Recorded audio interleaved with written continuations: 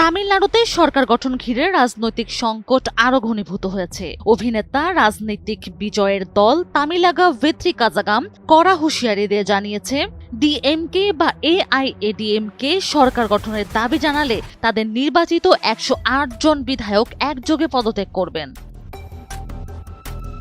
ডিএমকে ও AIADMK সাম্প্রতিক বৈঠকের পর টিভিকের মধ্যে আশঙ্কা তৈরি হয়েছে যে দুই দ্রাবিড় দল একসঙ্গে সরকার গঠনের চেষ্টা করতে পারে, যাতে নির্বাচনে সর্বোচ্চ আসন পাওয়া দলটিকে বাইরে রাখা যায়। টিভিকের দাবি, একক বৃহত্তম দল হিসেবে সরকার গঠনের সাংবিধানিক সুযোগ শুধু তাদেরই প্রাপ্য।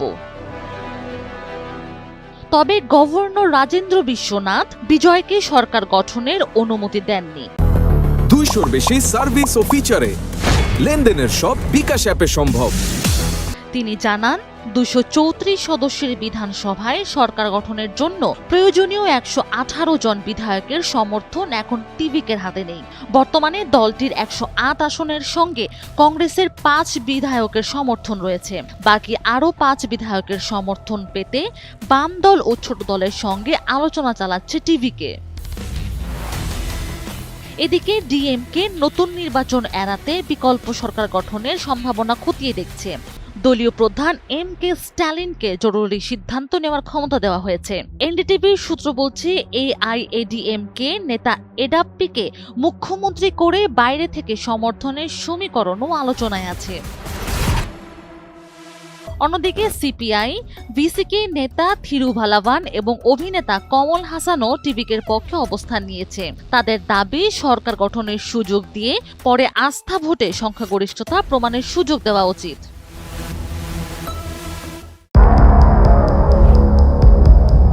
পশ্চিমবঙ্গ রাজ্য সরকারের নির্বাচনে প্রথমবারের মতো 2/3 বেশি আসনে জয় পেয়েছে ভারতীয় জনতা পার্টি বিজেপি। কট্টরপন্থী এই দলটির জয়ের পর প্রতিবেশী দেশ হিসেবে বাংলাদেশ ভারত সম্পর্কের বিভিন্ন ইস্যু নতুন করে আলোচনায় এসেছে। বিশেষ করে সীমান্ত নিরাপত্তা, মুসলিমদের পুশিন বা বাংলাদেশে ঠেলে পাঠানোর হুমকি এবং দীর্ঘদিন ঝুলে থাকা তিস্তা চুক্তি নিয়ে উদ্বেগ ও প্রত্যাশা দুটোই তৈরি হয়েছে। নির্বাচনী প্রচারণার সময় ভারতে থাকা অবৈধ মুসলিমদের বাংলাদেশে পাঠিয়ে দেওয়ার হুমকি দিয়েছিলেন পশ্চিমবঙ্গের কয়েকজন বিজেপি নেতা। এই কারণে সীমান্তে সতর্কতা বাড়ানোর সিদ্ধান্ত নেয় বাংলাদেশ।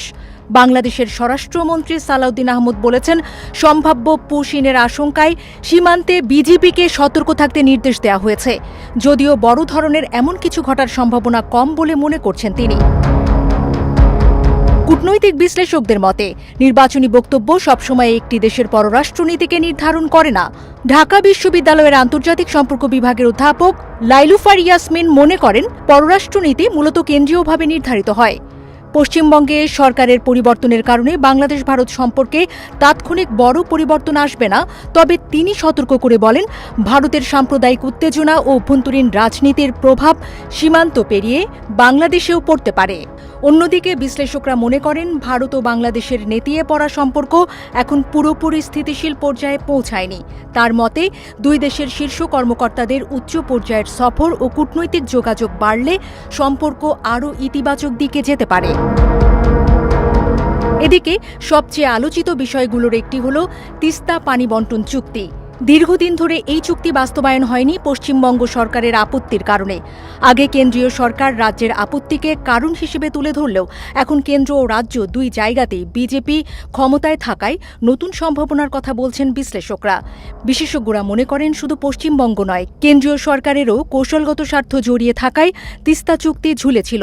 তবে সাবেক কূটনীতিক ফয়েজ আহমেদের মতে, একই দলের সরকার থাকায় এখন চুক্তি নিয়ে ইতিবাচক অগ্রগতি হওয়ার সম্ভাবনা তৈরি হয়েছে। এদিকে সাম্প্রতিক সময়ে পশ্চিমবঙ্গে বিজেপির বিজয় মিছিলে একটি মাংসের দোকানে বুলডোজার হামলার ঘটনায় উদ্বেগ তৈরি হয়েছে। তবে ঘটনায় জড়িত কয়েকজনকে দ্রুত গ্রেপ্তার করায় পরিস্থিতি নিয়ন্ত্রণে আনার চেষ্টা দেখা গেছে। বাংলাদেশের সরকারের পক্ষ থেকে বলা হয়েছে, ভারতের অভ্যন্তরীণ রাজনীতিতে যে দলই ক্ষমতায় আসুক, বাংলাদেশ তার ফার্স্ট নীতিতেই সম্পর্ক এগিয়ে নেবে।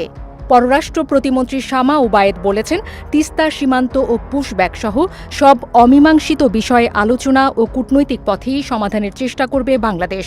বিশেষজ্ঞরা বলছেন, পশ্চিমবঙ্গে নতুন দল ক্ষমতায় আসায় ভারত বাংলাদেশের সঙ্গে সম্পর্কে ব্যাপক প্রভাব পড়তে পারে। বাংলাদেশে নির্বাচনের মাধ্যমে বিএনপি সরকার ক্ষমতায় আসায় দ্বিপাক্ষিক সম্পর্ক উন্নয়নে ইতিবাচক অবস্থানে ভারত। ফলে বাংলাদেশ ভারতের মধ্যকার সম্পর্ক আগের চেয়ে অনেক উন্নত হওয়ার সম্ভাবনাই বেশি বলে মনে করছেন তারা।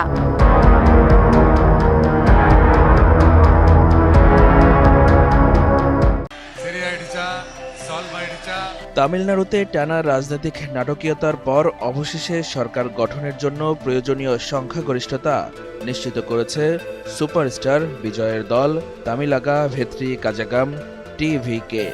বাম দল ও ভিসিকের সমর্থন পাওয়ার পর দলটির সমর্থন সংখ্যা 119-এ পৌঁছেছে, যা সরকার গঠনের জন্য প্রয়োজনীয় 118 আসনের সীমা অতিক্রম করেছে। শুক্রবার 8 মে বিকেলে তামিলনাড়ুর গভর্নর রাজেন্দ্র বিশ্বনাথ আর্লেকারের সঙ্গে তৃতীয় দফায় বৈঠক করার কথা থালাপতি বিজয়ের। রাজনৈতিক সূত্রগুলোর ধারণা, এ বৈঠকেই তিনি আনুষ্ঠানিকভাবে সরকার গঠনের দাবি জানাবেন। ভারতীয় সংবাদ মাধ্যম এনডিটিভির তথ্য অনুযায়ী কংগ্রেসের 5 জন বিধায়কের পাশাপাশি ভিদুথালাই, চিরুথাইগাল, কাচ্চি, ভিসিকে, সিপিআই ও সিপিএম-এর 2 জন করে মোট 6 জন বিধায়কের সমর্থন পেয়েছে টিভিকে। ফলে নতুন সরকার গঠনের পথ অনেকটাই পরিষ্কার হয়ে গেছে। এর আগে বুধবার ও বৃহস্পতিবার গভর্নরের সঙ্গে বৈঠক করলেও সরকার গঠনের মতো পর্যাপ্ত সমর্থন না থাকায় ইতিবাচক সিদ্ধান্ত পাননি বিজয়। গভর্নর জানতে চান 113 জন বিধায়ক নিয়ে কিভাবে সরকার পরিচালনা করবে টিভিকে এবং কোন দলগুলো তাদের সমর্থন দেবে। উল্লেখ্য, গত মাসে অনুষ্ঠিত তামিলনাড়ু বিধানসভা নির্বাচনে 234 আসনের মধ্যে 108টি আসনে জয় পেয়ে চমক দেখায় টিভিকে। নির্বাচনে প্রথমবার অংশ নিয়েই দলটি তামিলনাড়ুর দীর্ঘদিনের 2 প্রধান রাজনৈতিক শক্তি ডিএমকে ও এআইএডিএমকের আধিপত্যে বড় ধাক্কা দেয়। তবে একক সংখ্যাগরিষ্ঠতা থেকে 10 আসন পিছিয়ে থাকায় সরকার গঠন নিয়ে অনিশ্চয়তা তৈরি হয়েছিল। অবশেষে রাজনৈতিক দরকষাকষির মধ্যেই প্রথমে কংগ্রেস টিভিকে সমর্থনের ঘোষণা দেয়। তবে তারা শর্ত দেয়, বিজেপির মতো সাম্প্রদায়িক শক্তির সঙ্গে কোনো জোট করা যাবে না। পরে ভিসিকে ও বাম দলগুলোর সমর্থন নিশ্চিত হয়, পরিস্থিতি বদলে যায়।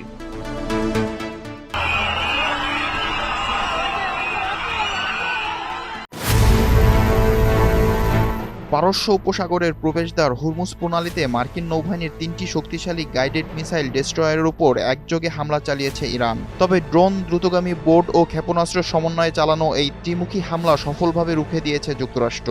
মার্কিন সেন্ট্রাল কমান্ড ও প্রেসিডেন্ট ডোনাল্ড ট্রাম্প পৃথক বিবৃতিতে এই তথ্য নিশ্চিত করেছেন। বৃহস্পতিবার 7 মে এই ঘটনায় মার্কিন নৌবাহিনীর অর্কহোর্স হিসেবে পরিচিত আর্লে বার্গ ক্লাসের 3টি ডেস্ট্রয়ার ইউএসএস স্ট্রকস্টোন, ইউএসএস রাফায়েল পেরাল্টা ও ইউএসএস মেসন সরাসরি আক্রমণের মুখে পড়ে। ট্রাম্প এক বার্তায় জানায়, 3টি বিশ্বমানের আমেরিকান ডেস্ট্রয়ার প্রচণ্ড গুলিবর্ষণের মধ্য দিয়ে অত্যন্ত সফলভাবে হরমুজ প্রণালী অতিক্রম করেছে। আমাদের জাহাজগুলোর কোনো ক্ষতি হয়নি, তবে আক্রমণকারী ইরানি বাহিনীর ব্যাপক ক্ষয়ক্ষতি হয়েছে। মার্কিন ডেস্ট্রয়ারগুলো তাদের অত্যাধুনিক প্রতিরক্ষা ব্যবস্থার মাধ্যমে আক্রমণ প্রতিহত করে। এই জাহাজগুলোতে ব্যালিস্টিক ও ক্রুজ মিসাইল ধ্বংস করতে সক্ষম কয়েক মিলিয়ন ডলার মূল্যের স্ট্যান্ডার্ড মিসাইল ও স্বল্প পাল্লার সি-স্প্যারো মিসাইল সিস্টেম রয়েছে। এছাড়া শেষ মুহূর্তে রক্ষাকবচ হিসেবে রয়েছে রাডার নিয়ন্ত্রিত 20 মিলিমিটার গ্যাটলিং গান, যা প্রতি মিনিটে 4500 গুলি ছুটতে পারে।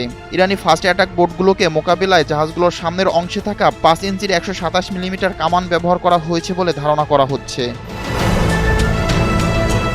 হামলা প্রতিহতের ঘটনাটিকে প্রেসিডেন্ট ট্রাম্প তার চিরচেনা আলাস্কারিক ভাষায় বর্ণনা করেছেন। তিনি সামাজিক যোগাযোগ মাধ্যমে লেখেন, আমাদের ডেস্ট্রয়ার লক্ষ্য করে মিসাইল ছোড়া হয়েছিল, যা খুব সহজেই ভূপাতিত করা হয়েছে। একইভাবে ড্রোনগুলো এসে আকাশে পুড়ে ছাই হয়ে গিয়েছে। সেগুলো সমুদ্রের বুকে এমনভাবে ঝরে পড়ছিল যেন কোনো প্রজাপতি তার কবরে আছড়ে পড়ছে।